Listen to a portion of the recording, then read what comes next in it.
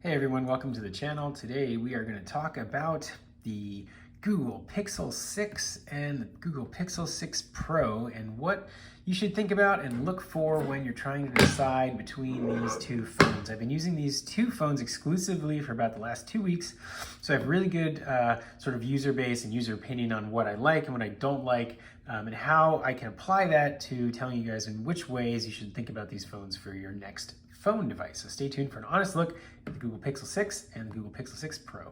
So if you're a fan of my channel, you know that I don't like to talk about specs. It's not about what the numbers say, it's about how the phone looks, feels, and operates in your hand. And so that's going to be the primary focus of today's video as well. You can see that the design on the Pixel 6 and Pixel 6 Pro are completely different than most anything else you've seen on the market today. This huge camera band, bulge, notch, whatever you want to call it, platform thing is definitely different than anything else we've seen on the market. It definitely makes the phone feel and look funny, I'd say, compared to other devices. I'm not necessarily against that bulge, but it is a little bit weird. It doesn't really impact how the phone moves in and out of your pocket, nor does it impact how you hold the phone. Your hands are typically below that. So it doesn't really have any effect on the user interface or how the phone feels, but it does affect how things sit sort of on the table or in a case, right? It's going to change that look and feel. But it doesn't bother me. I don't mind it at all. I think the biggest reason is that they do that so they can house the camera lens, especially on the Pixel 6 Pro. You can see that telephoto lens is way down deep inside there, so that probably adds some of that depth to the case enclosure. So this guy is the slightly sage color. This is the cream or white color. Both are very subtle, very nicely designed in my opinion. I mean, I like kind of colored phones. I typically don't use a case because I like the overall design of the device and don't want to sort of screw that up with a case. So I definitely like to hold on to my phones without cases.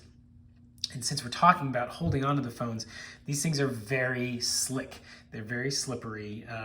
They will 100% slide out of your hands and hit the ground if you're not careful. So if you don't like using a case, I would recommend a screen protector at a minimum, just to kind of keep things safe and secure.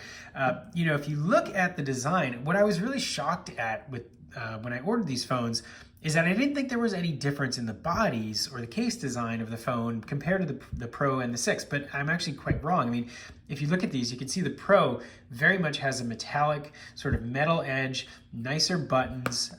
It has a nicer screen layout too. Like if you look at how the screens are on these phones, you can see that there's a very, very subtle bezel here that goes around the Pixel 6, whereas on the Pixel 6 Pro, it sort of gently wraps around the phone screen. This is similar to like what Samsung did with the Galaxy S Edge, 7 Edge, or whatever that was back in like 2015, something like that.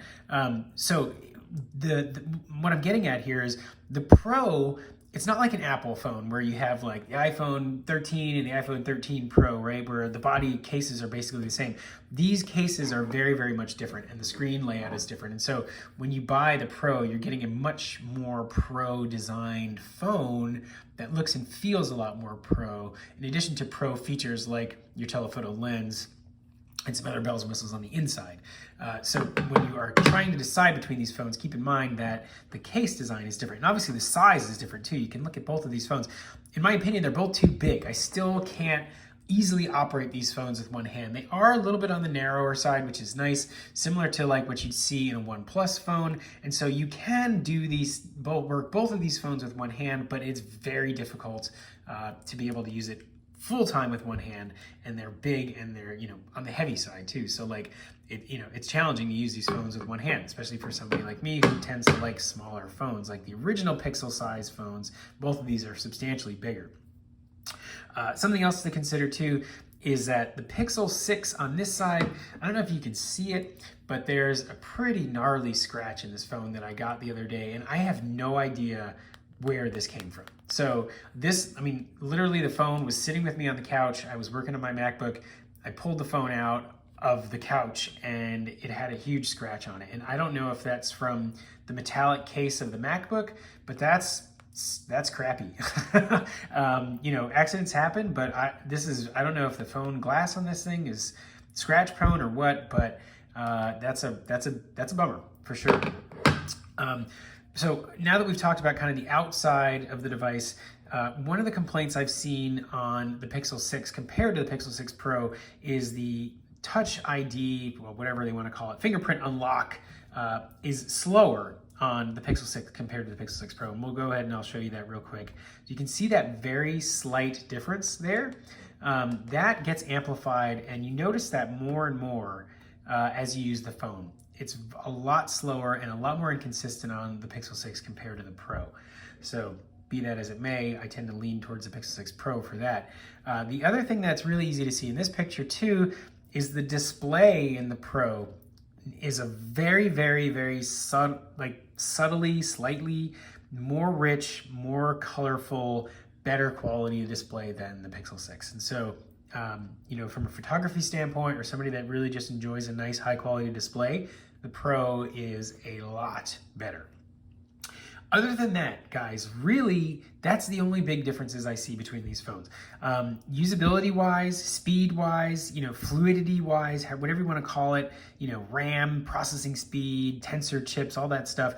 I don't notice any difference between the usability of the phone, from opening apps to, you know, taking photos to, you know, posting on social media. Like, everything seems about the same for me. So my real decision on how to choose between these two phones comes from the usability side of things and what I expressed earlier, right? And so for me, I prefer the Pro mostly because I want the additional telephoto lens. I like the nicer designed body, and I like the faster fingerprint unlock, and the screen just looks better. You know, and so for me, it's the Pro, hands down.